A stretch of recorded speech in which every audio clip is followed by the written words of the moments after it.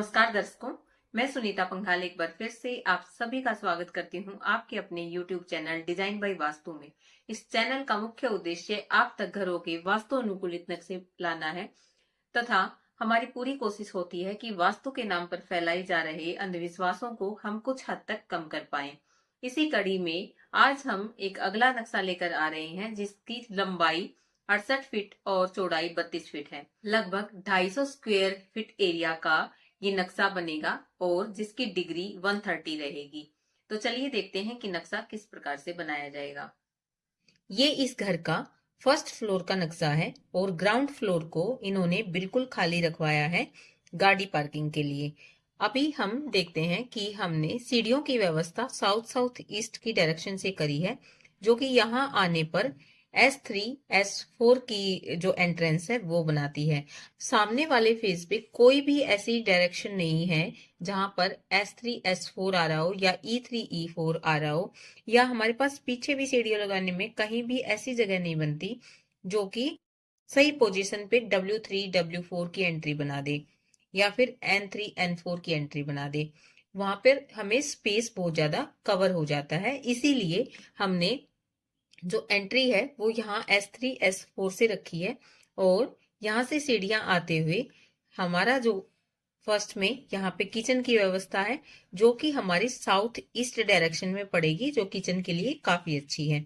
इससे आगे हमने कमरे की व्यवस्था करी है जो कि ईस्ट डायरेक्शन इसकी मुख्य दिशा रहती है और कमरे में दरवाजा यहाँ से लगाया जाएगा, ना कि इधर से। अगर हम यहाँ से दरवाजा लगाएंगे तो ऐसा करने पर हमारी ईस्ट डायरेक्शन का जितना भी एरिया है वो खराब हो जाएगा। इसीलिए ईस्ट साउथ ईस्ट की जो डायरेक्शन पड़ती है वहां पर हम दरवाजे की व्यवस्था करेंगे। यहाँ पर आपको खुला स्पेस मिल जाता है और साथ में दूसरे रूम की व्यवस्था है। रूम के साथ ही अटैच बाथरूम है और यहाँ पर एंट्री हमारी इधर से रहेगी और ये वाला जो स्पेस है साउथ वेस्ट का एरिया, उसको हमने बेड लगाने के लिए खाली छोड़ा है। इससे आगे एक रूम की व्यवस्था है जो कि 20 बाई 15 का रूम रहेगा और इसमें भी रूम की एंट्री यहाँ से होगी और हमारा वेस्ट की जो डायरेक्शन है वो हमें स्पेस मिल जाएगा वहां पे।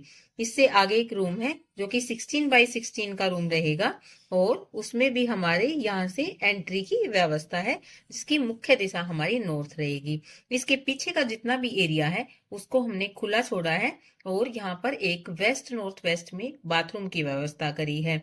इस एरिया को हमने खुला इसलिए छोड़ा है ताकि वेंटिलेशन अच्छे से हो पाए, लेकिन इस पर भी छत है, इस पूरे एरिया पर छत है।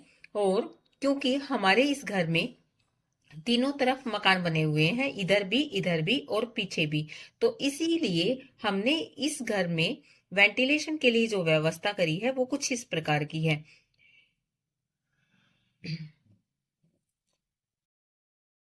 इस घर के स्पेस की बात की जाए, अगर इस घर में रूम और बाथरूम किचन के स्पेस की बात की जाए तो घर में जो सीढ़ियां हैं यहाँ से शुरू होते हैं, तो सीढ़ियां जो है वो 10 बाई 16 की सीढ़ियां रहेंगी आपकी और यहाँ से आगे आते हुए किचन का जो स्पेस है वो 9 बाई 16 का है। इससे आगे जो रूम नंबर फर्स्ट है उसका स्पेस 11 बाई 16 का रहेगा। इससे आगे अगर इस एरिया की बात की जाए तो 24 बाई 17 का ये एरिया रहेगा जो कि काफी खुला हो जाता है। इससे आगे जो रूम नंबर सेकंड है उसका एरिया 13 बाई 16 का रहेगा और साथ में जो अटैच्ड बाथरूम है उसको भी 4 बाई 9 का बनाया गया है। साथ में जो आपका रूम नंबर थर्ड है उसका एरिया 15 बाई 20 का रहेगा और जो आपका फोर्थ रूम है वो 16 बाई 16 का रहेगा। इसके बाद अगर आप बाहर निकल के आते हैं तो आपका जो ये बाहर खुला वाला एरिया है ये भी 8 बाई 32 का रहेगा और इसके साथ ही 5 बाई 9 का एरिया जो है वो बाथरूम में कवर हो जाता है इसी एरिया में। तो इस प्रकार से ये एक बहुत ही खुला और हवादार घर बनकर तैयार हो जाता है जिसमें वेंटिलेशन की कोई भी दिक्कत नहीं आने वाली। आशा करती हूँ कि आपको ये नक्शा पसंद आया होगा। अगर आपको ये नक्शे पसंद आ रहे हैं तो कृपया करके इस चैनल को सब्सक्राइब करें और वीडियो को अधिक से अधिक लोगों तक शेयर करें ताकि हमारे बनाए नक्शे किसी न किसी के काम आ पाए। वास्तु आपके जीवन में नई रोशनी भरता रहे, इसी उम्मीद के साथ मैं सुनीता पंघाल आप लोगों से लेती हूँ विदा। नमस्कार।